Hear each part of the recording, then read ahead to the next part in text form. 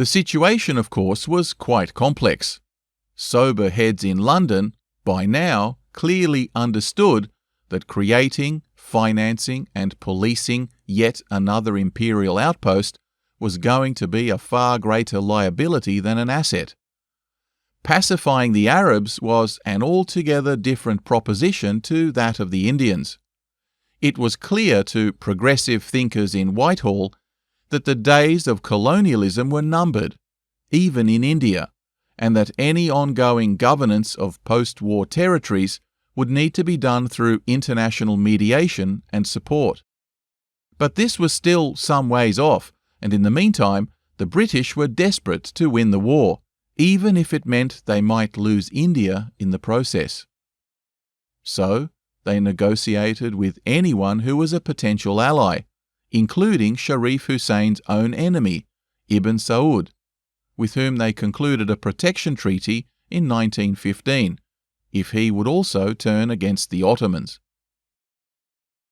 Considering his extended war against the Rashids of the north, for Saud this was a no-brainer, and so the British now had two allies, both poised to attack the Ottomans, though their own mutual enmity made the whole thing rather volatile, for which the British would need to come up with a contingency. One such solution was to partition the Ottoman Empire after the war. The government prior to 1917 had largely favoured its reorganisation along ethnic and religious lines, while the new government, under Lloyd George, felt it would be far too monumental a task to complete quickly, and that it would be far more expedient for the Allies to divide the former empire into spheres of European influence. The British would administer most of the southern regions, France would administer the regions of northern Syria, Lebanon and southeastern Turkey, and Russia would administer parts of Armenia and the Caucasus. A secret deal, known as the Sykes-Picot Agreement, was hatched in 1916 behind the scenes, as World War I raged on all around them. 1917 was to be a year of major headaches. Sharif Hussein, long anxious about Turkish penetration onto the peninsula via their railway from Damascus, was no friend of the Ottoman Empire. He and many of his family had been held as political hostages in Constantinople for many years. So, when the British offered him kingship over all the Arabs, with the support for a universal caliphate, with him at its head, it was an offer too good to refuse. He declared war on the Ottomans in June of 1916, which his three sons, Emirs Ali, Abdullah and Faisal, his eldest, second and third in line respectively, prosecuted on his behalf. The year began promisingly enough for the Arabs. The Hashemite forces, with the help of the British, were making advances and had won a number of strategic engagements against the Turks. The railway that supplied Ottoman forces was constantly being sabotaged, starving them of resources and reinforcements, and by June, T.E. Lawrence and King Hussein's third son Prince Faisal had taken Aqaba, the last Ottoman-held port on the Red Sea. But by October, the Russian Revolution had precipitated its withdrawal from the war, and the Bolshevik government now publicized all the secret deals that their predecessor government had struck with the other allies, notably the Sykes-Picot Agreement. It almost caused the entire Arab revolt to come to a grinding halt, as both the Syrians in the north and Sharif Hussein in the south demanded a please explain from their British allies. To them, the Sykes-Picot Agreement flew in the face of their promises of complete independence. American President Woodrow Wilson, whose country was poised to finally commit fully to the war effort, was livid and made it abundantly clear that there was no way the United States would support a neo-colonial carve-up in the Middle East. Prime Minister Lloyd George scrambled to reassure Arab allies that the Sykes-Picot Agreement had been superseded by events on the ground, and that they had every intention of honouring their commitment to Arab independence. Whether or not he really meant it has been up for debate ever since, but a secret letter from Parliament to Sharif Hussein, known as the Bassett Letter, confirmed this commitment, as did a formal declaration in June of 1918, known as the Declaration to the Seven, in which the British government publicly affirmed its commitment that any future state in the region be based on the principle of consent from the governed. As if to hammer the idea home, Woodrow Wilson issued his own now famous 14 points speech, which stipulated that all nationalities which were now under Ottoman rule should be assured an undoubted security of life and an absolutely unmolested opportunity of autonomous development.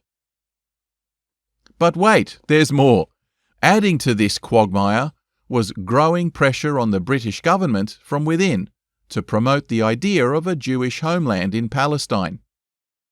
Since the 1880s, repeated pogroms in Russia and Central Europe had seen a rising wave of anti-Semitism and an exodus of hundreds of thousands of Jews fleeing persecution and murder. A number of influential members of the British Parliament lobbied on behalf of the formation of a permanent Jewish homeland in Palestine, at the time a nebulous collection of Ottoman provinces. And despite opposition from several quarters, these ideas were crystallized into a public document that would become known as the Balfour Declaration, in which the nature and extent of this homeland remained vague and undefined, but that the rights of all other ethnic and religious groups in the region were to be strenuously maintained. It was an intentionally nebulous document, presumably aimed at garnering the support of the international Jewish lobby, without offering the explicit guarantee of independent statehood. But the idea of it nevertheless bothered Sharif Hussein, and he demanded a clarification from London, which came in the form of yet another secret correspondence, the Hogarth Letter, again rather nebulously reassuring the Sharif that it would in no way jeopardize Arab sovereignty, nor did it explicitly state that an autonomous Jewish state was being planned.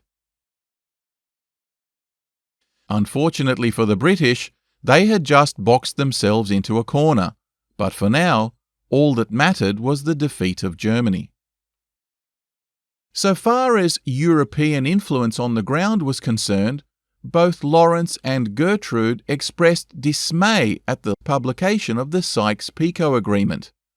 Lawrence's now close relationship to Prince Faisal caused him abiding shame at being a British officer, while Gertrude, on the other hand, was not about to let either London or Paris interfere with her own plans to help the Arabs achieve their objective. Both were similarly sceptical about the implementation of the Balfour Declaration, despite Prince Faisal's belief that Jewish immigration might actually be good for the region economically. He and Zionist leader Chaim Weizmann eventually signed an agreement in 1919, believe it or not, in support of Jewish immigration, as long as the Zionist movement would itself support Arab independence. Faisal believed that the Jewish and British lobby would counter French colonial designs in Greater Syria. Gertrude later noted that it was, ironically, the Zionist movement that solidified the idea of a Palestinian nation, where there had previously not been one, and whose inhabitants had never been consulted in deliberations on their future, and who now mobilized their opposition to immigration in a unified and vocal way. Gertrude predicted that the unchecked Jewish immigration now unleashed would cause significant enmity between the Arabs and Jews more broadly, where hitherto there had been peaceful coexistence. There were at least 50,000 Jews living in Baghdad alone, with many more across the entire Middle East, and she was seriously concerned that violence would spill over into the other major cities, leading to a catastrophic expulsion of Jewry from every other Muslim territory. This, indeed, is exactly what eventually happened, and, ironically, it only increased the flood of Jewish refugees into Palestine that under the Sykes-Picot Agreement covered not only what we today recognize as Israel, but also the entire state of Jordan, parts of Lebanon and modern Syria. When the Allied nations met at the Paris peace talks in 1919, delegations from many minorities throughout the former Ottoman Empire were invited to present their case for grievance and recognition.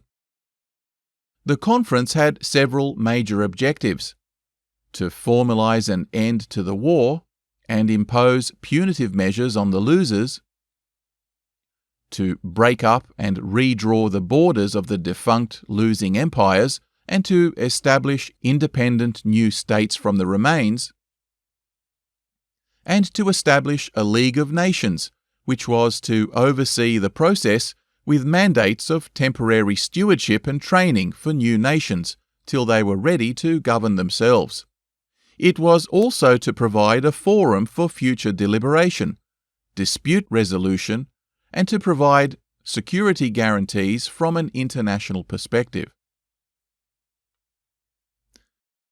Scores of ethnic and religious minorities from all over the world attended, including dozens from the region that was now being called Iraq, all hoping for independence, or at least some degree of autonomy, and Gertrude, sent there as a political advisor by the British administration in Baghdad, fought hard to promote their interests at a conference where the big four power brokers were too busy squabbling amongst themselves to devote much energy to the claims of ethnic groups many of them had never even heard of.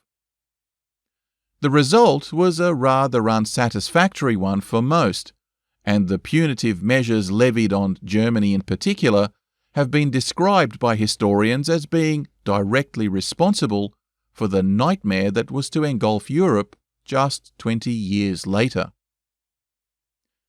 Even Japan, who was an ally, found itself sidelined when its call for the Charter of the League of Nations to carry a declaration of equality for all ethnic and racial groups was met with silence, is, ironically, considered by many to be the slap in the face that motivated its own imperialist and racist doctrines that caused so much horror and tragedy in subsequent years.